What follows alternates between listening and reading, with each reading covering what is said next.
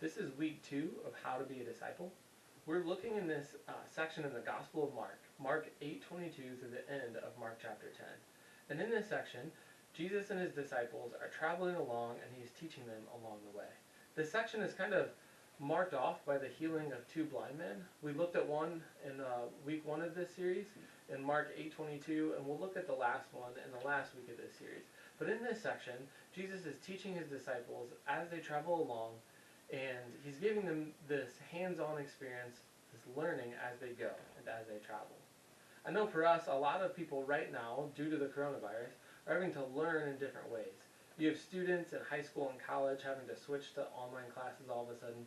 You have teachers trying to figure out how to teach in this new way in this time that we're living in. I know for me, my favorite way to learn, the only way that I can really learn how to do something, is getting that hands-on experience.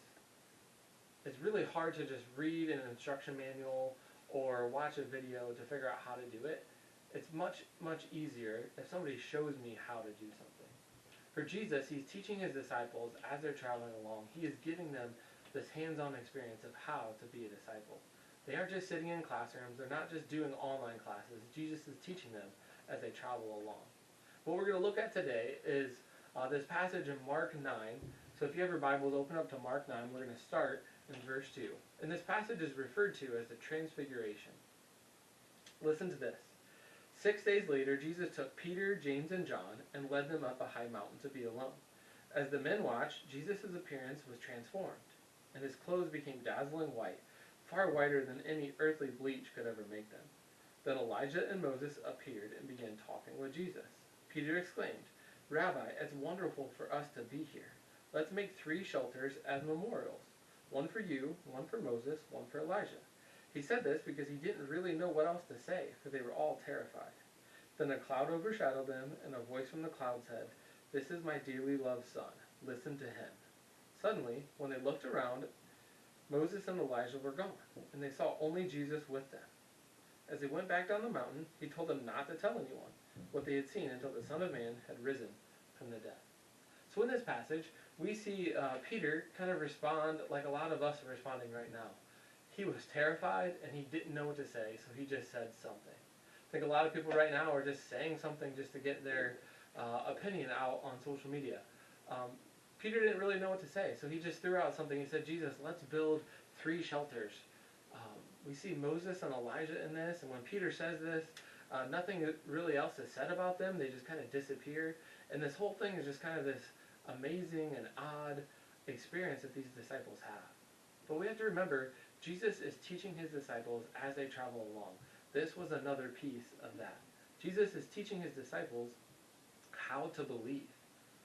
We see Jesus not respond to Peter's statement. We just see God say, "This is my son."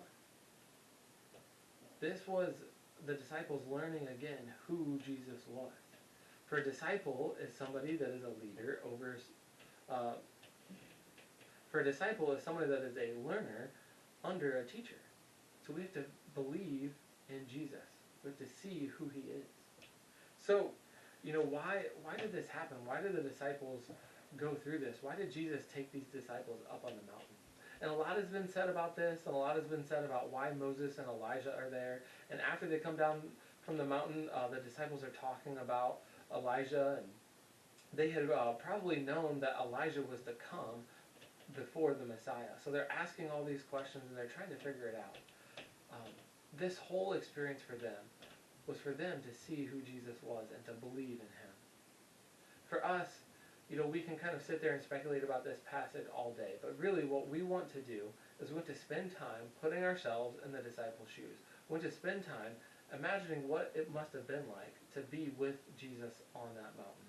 So today, after the lesson, there's a link below. You can download a response activity, and you're really going to spend some time trying to put yourself there with Jesus.